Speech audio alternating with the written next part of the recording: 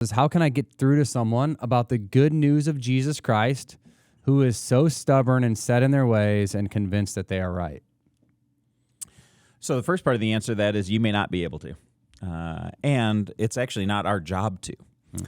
Our job is to pray. Our job is to witness. It's God's job to get through to them. When we begin to think that it's up to us to get through to a person, I think the battle could be lost even in that moment.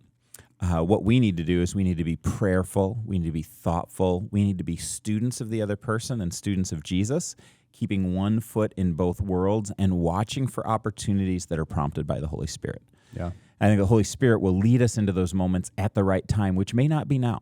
And there's, all kinds of reasons why somebody might be stubborn or resistant. It could be family of origin issues. It could be psychological issues. It could be intellectual issues. It could be just, I like sin too much kind of issues. And whatever those are, the Proverbs say, a man's heart is deep waters. Who can understand it?